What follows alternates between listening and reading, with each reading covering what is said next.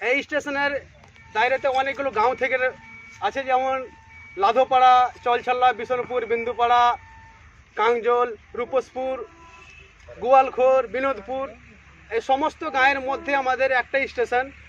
এই স্টেশনে সড়কে যে সমস্ত গাড়ি হচ্ছে, এখানে সরকার একটা কম্পিটিশনের বিষয়টা শুরু করেছে।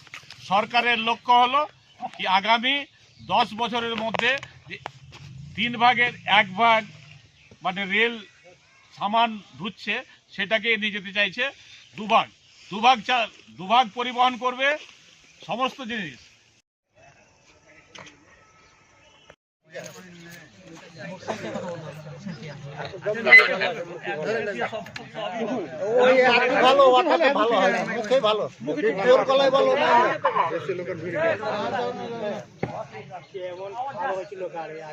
সভার অধ্যক্ষ, উপস্থিত মঞ্চে উপস্থিত সকলকে, আর মিটিং ডাকা গেছে।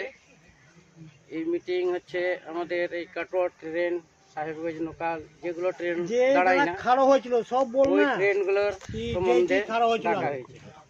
আপনাদের মতামত নেওয়ার জন্যই ডাকা হয়েছে, কিভাবে কি করতে হবে, কাকে মেম্বার করতে হবে, কাকে ই করতে হবে, এই জন্য আপনারা সমর্থন করবেন বা নাম দিয়ে ই করবেন। এগুলো নিজের বক্তব্য শেষ করছি। তারপরই আমাদের হচ্ছে বাঙ্গাল। এই স্টেশনের দায়রাতে অনেকগুলো গাঁও থেকে আছে, যেমন লাধোপাড়া, চলছল্লা, বিষ্ণুপুর, বিন্দুপাড়া, কাংজল, রূপসপুর, গোয়ালখোর, বিনোদপুর, এই সমস্ত গাঁয়ের মধ্যে আমাদের একটা স্টেশন। এই স্টেশনে সব রকমের সুব্যবস্থা হওয়া উচিত। এত ঘন বস্তির মধ্যে স্টেশন আমাদের রয়েছে, সব রকমের সুব্যবস্থা হওয়া উচিত এই স্টেশনে। আমাদের দুর্ভাগ্য বলেন যেই বলেন, এখানে আমাদের কিছু সুব্যবস্থা নেই। এখন তো একটা আমরা এটা স্টেশন করতে পারলাম না, হলটি থেকে গেল। যেহেতু আমাদের দীর্ঘদিনের এটা কমজোরি থেকেছে, আমরা এর আগেই যদি চেষ্টা করতাম কিংবা একটা আন্দোলন করতাম, তো এর আগেই স্টেশন আমাদের এখানে হতো। সেখানে আমাদের অনেক কমজোরি থেকেছে। যে হোক, লেটই হোক না কিনে আজকে আমরা সব বুঝতে শিখেছি। তার কারণে একটা এই যুবদের পরিপ্রেক্ষিতে একটা মিটিং ডাকা হয়েছে। এই মিটিংয়ে আমি এটুকুন চাইবো যে একটা সুস্থ কমিটি একটা গঠন হোক। আর এই কমিটি গঠন করার পরে কমিটি জোরে একটা আন্দোলন এখানে খাড়া হবে। আন্দোলন করলে যতগুলো স্টেশনে গাড়ি আমাদের খাড়াও ছিল, সমস্ত ওকে তুলে দেওয়া হয়েছে, ওইগুলোও হবে। আর এই স্টেশনে আমাদের অনেকগুলো আরও সুব্যবস্থা হওয়া উচিত, ওইগুলো নিয়েও কমিটি আন্দোলন করবে, তাহলে হওয়া সম্ভব। যখন আমরা এই গুমানি স্টেশনে যখন বানাঞ্চলে আমরা যখন ধর্ণা দিই, আজকে তো অতটি লোক এসছে, অনেকটি, আমরা 20 থেকে 25 জন মিলে ধর্ণা দিয়েছিলাম, যুব ছাত্র মিলে। তার একটা ভালো করে খুব কথা মনে আহে, ওই বানাঞ্চলি গ্রামীণ ব্যাংকে যখন গেছি, তখন একটা লোক খুব ভালো নেতা, নাম বলবো না আমি, উনি বলছেন এই ছাত্রদের কোনো কাম নেই, এই গুমানি স্টেশনে কি বানাঞ্চল ঠাড়াওয়ার যোগ্য, এই কথা তিনি বলেন। তারপরে ওর কথা শুনে যদি আমরা থেমে যেতাম, তো আজকে গুমানিতে বানাঞ্চল ঠাড়া হতো না। আমরা 25 থেকেই আগে বাড়তে আন্দোলন করার পরে আজকে গুমানিতে আমাদের বানাঞ্চল স্টপেজে ঠাড়া হয়েছে। তো আমরাও যদি এখানে আন্দোলন করি, তো সব গাড়ির সাথে সাথে এই বিন্দুবাসিনী হল্টে যতগুলো আমাদের সমস্যা থেকেছে সবই আস্তে আস্তে পূর্ণ হবে। এইগুলি আমার বক্তব্য শেষ করব। তারপর থেকে আমরাও চেষ্টা করেছিলাম, মন্ত্রীর কাছেও গিয়েছিলাম, কিন্তু ব্যর্থ রয়েছে আমাদের চেষ্টা। হয়তো আমরা নিজেরাই অতটা দূর পৌঁছতে পারিনি, আমাদের অতটা ক্ষমতা হয়নি, আমরা সংগঠন করতে পারিনি, আমরা একজোটতা হতে পারিনি, আমরা যেখানে যাওয়া দরকার সেখানে যেতে পারিনি। আবার করে আমরা যুবকেরা আবার চেষ্টা করতে লেগেছি যে না, আমাদেরকে এখানে প্রয়োজন আছে। প্রায় এই বিন্দুপাড়া স্টেশনে লগভগ 50 থেকেও 60 গ্রামের লোক এখানে এসে ট্রেন ধরে। আপনার বিন্দুপাড়া পঞ্চায়েত, রূপসপুর পঞ্চায়েত, জামপুর পঞ্চায়েত, দরিয়াপুর পঞ্চায়েত, বিনোদপুর পঞ্চায়েত, 5টা পঞ্চায়েতের গ্রাম এসে এখানে গাড়ি ধরে। এটা একটা বহুত মূল্যবান মানে महत्वपूर्ण जाके बोले अति आवश्यक स्टेशन ছিল আমাদের জন্য।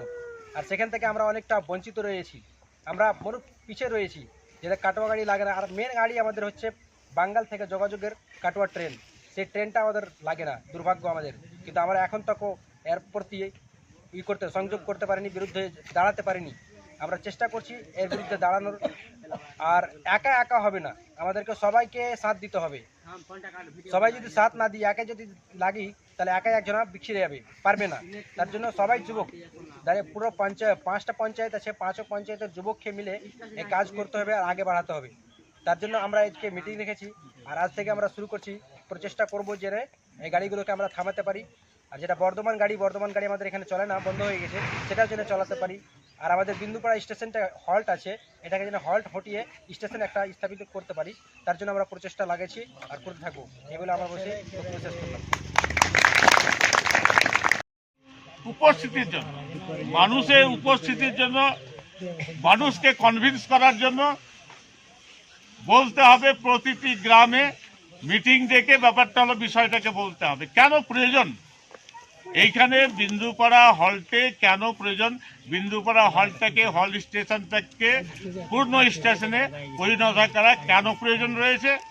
এইখানে যে গাড়িগুলো স্টপেজ হতো, সেই স্টপেজগুলো পুনরায় এখানে চালু করা কেন প্রয়োজন রয়েছে, এবং যে গাড়িটাকে তুলে দিয়েছে মোটে আর নেই ওই গাড়িটা, সেটা হচ্ছে বর্ধমান থেকে মালদা।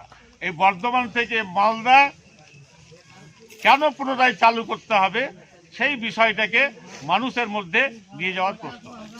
এখন আজকের দিনে আমরা যদি চিন্তা ভাবনা করি, আজকের দিনে আমরা কি বলছি, কি দেখছি, আমাদের 72,000 কিলোমিটার, 72,860 কিলোমিটার আমাদের গোটা ঝাড়খণ্ডে রেল আছে,